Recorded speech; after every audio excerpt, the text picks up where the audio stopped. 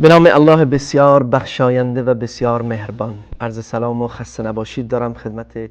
یکایک شما بینندگان عزیز و گرامی. الله متعال انسان را خلق نمود و وجود او را همان گونه که به مادیات محتاج ساخت به معنویات نیز نیازمند گرداند. انسان از دو بعد مادی و معنوی تشکیل شده. همان گونه که نیاز به غذای مادی دارد، نیاز به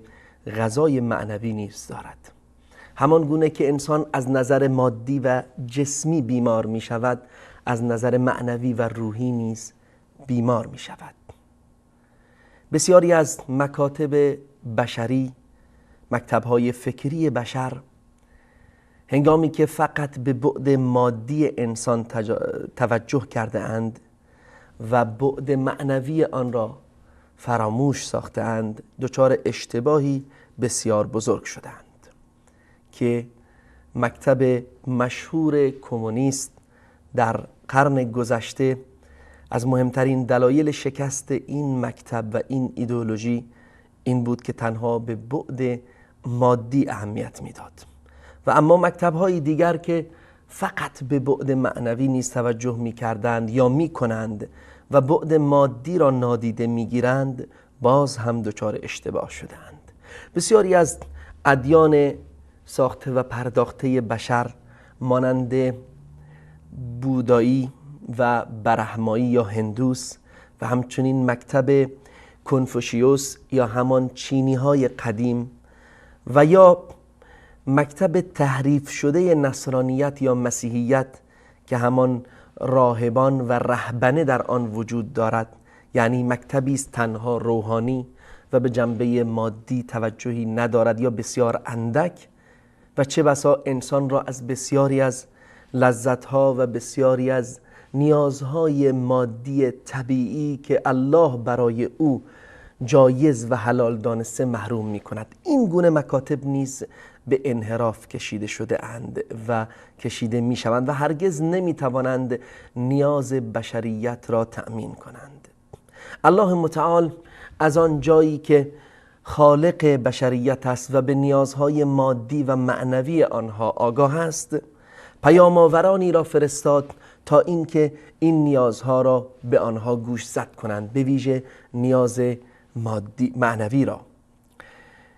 آیا چنین چیزی ممکن است که الله متعال تمامی نیازهای مادی بشر را فراهم ساخته، تمامی مایحتاج زندگی، تمامی لذتهای دنیایی را در اختیار بشر قرار بدهد، اما برای تأمین نیاز معنوی آنها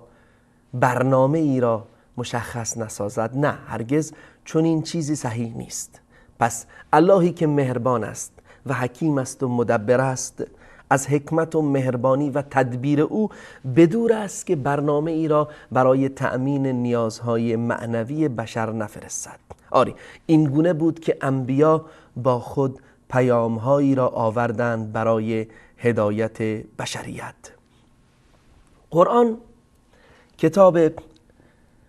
الله متعال آخرین کتابی است که از جانب الله بر آخرین پیام آور وی محمد مصطفی صلی الله علیه و آله و سلم نازل شد. نه تنها بسیاری از غیر مسلمان ها متاسفانه از پرداختن به وحی انبیا رویگردان هستند، بلکه مسلمان ها، کسانی که ابراز استسلام یا تسلیم و فرمانبرداری و پذیرفتن دین مبین اسلام را کرده اند که آخرین دین الله متعال هست، میبینیم در زندگیشان از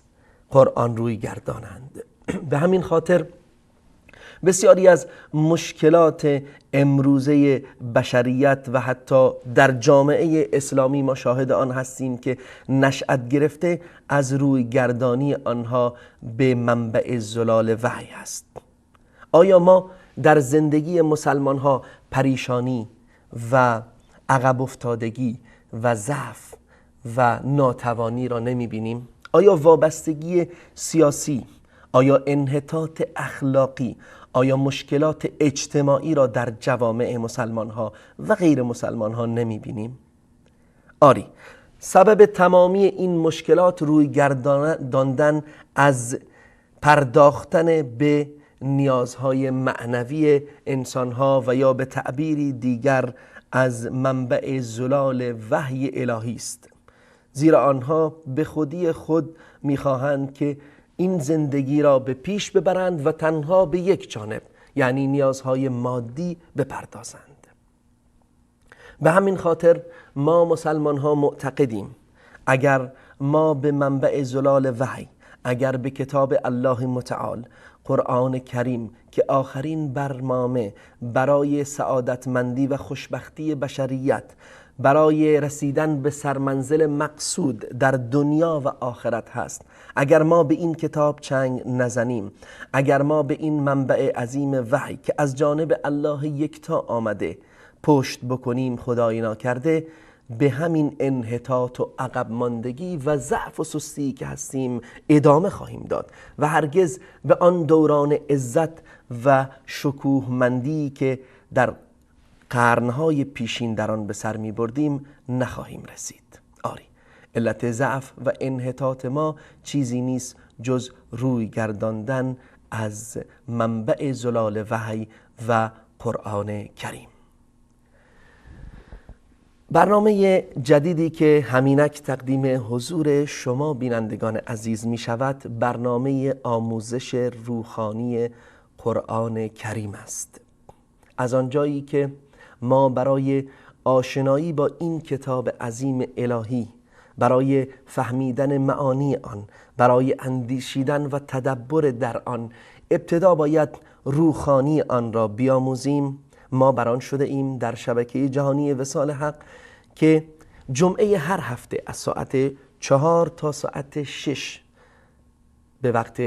مکه مکرمه بعد از ظهر البته برنامه ای را با عنوان روحانی قرآن کریم تقدیم حضور شما بینندگان عزیز بکنیم. این هفته قرعه به نام بنده شد که در خدمت شما بزرگواران باشم و ان شاء الله بنده و همچنین همکار عزیزم استاد فضل الحق سلیمانی و همکار عزیز دیگرم استاد عبدالرحمن فاتح ان شاء الله متناوباً در خدمت شما بینندگان عزیز خواهیم بود. هر هفته یکی از ما در خدمت شما بینندگان عزیز هست و این برنامه را تقدیم حضور شما خواهد نمود. اما روال برنامه ما چیست و چگونه است؟ استثناءً این قسمت از برنامه که به پیشگفتار یا مقدمه‌ای درباره قرآن کریم، اهمیت آن، فضیلت خواندن و تلاوت آن و آموزش و تعلیم آن، تدبر در قرآن کریم، آداب تلاوت، هجر قرآن و معانی دیگر میپردازیم استثناءً در این قسمت از برنامه. اما در قسمت‌های دیگر ان شاء الله از برنامه آینده ما شروع خواهیم نمود به آموزش روحانی قرآن کریم. در هر قسمت از برنامه ما برنامه را به 2 بخش تقسیم می کنیم که بخش اول آموزش ابتدایی هست در روحانی و سپس پس از هفته های دیگر ان شاء الله به آموزش تجوید نیز خواهیم پرداخت و بخش دوم برنامه هر هفته به شما بیننده های عزیز اختصاص دارد که شما می توانید تماس بگیرید و در ساعت دوم برنامه ان شاء الله تلاوت‌های خودتان را ارائه بفرمایید که ما بتوانیم با شنیدن این تلاوت ان شاء الله در راستای بهتر فرا گرفتن قرآن کریم گامی برداشته باشیم و ان شاء الله بتوانیم به راهنمودهای قرآن و همچنین به راهنمودهای سنت نبوی که همان تکمیل کننده و شرح دهنده قرآن کریم هست ان شاء الله عمل بکنیم و بنده خوبی برای الله متعال و یکتا باشیم. زیرا اگر ما برنامه زندگی خود را ندانیم و ندانیم که الله از ما چه میخواهد و در این کتاب که برنامه زندگی ما و راهی است برای رسیدن به سرمنزل مقصود و چراغی است بر فراز این راه، اگر ندانیم که این